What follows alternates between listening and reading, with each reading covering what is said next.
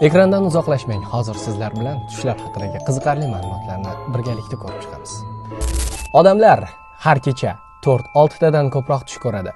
Lekin biz ko'rgan tushlarimizni ko'p hollarda eslay olmaymiz. Ammo miya tush holatini qayd etadi. Ko'zi ojiz insonlar ham tush ko'rish qobiliyatiga ega. Ular ovoz, hid hissiyotlarini tushlarda ko'rishadi. Avval ko'rib, hozirgi kunga kelib ko'rish qobiliyatini yo'qotgan insonlar esa avval ko'rgan manzaralarni tushlarda ko'rishni davom etishadi. Tushlarning 80% hissiy jihatdan salbiy bo'ladi. O'rganilgan tushlarda qo'rquv, xavotir, quvish, quvlash, urish kabi holatlar ko'proq kuzatilgan. Tushda ko'rgan insonlar yuzi real insonlar yuzidir. Chunki miya inson yuzini yarata olmaydi. Siz ko'rgan insonlar oldin hayotingizda ko'rgan, ammo esla olmagan insonlaringiz bo'lishi mumkin. Ba'zi insonlar tush ko'rayotganini anglab turadi va harakatni o'zlari nazorat etishadi. Bu ongli tush deyiladi.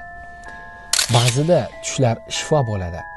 Tushda eshitilgan so'zlar, ko'rilgan voqealar qaror qabul qilishingizga yordam berishi mumkin. Bu terapevtik tushlar deyiladi. Yana qanday tushlar haqida qiziqarli ma'lumotlarni bilasiz? Kommentariyaga yozib qoldiring.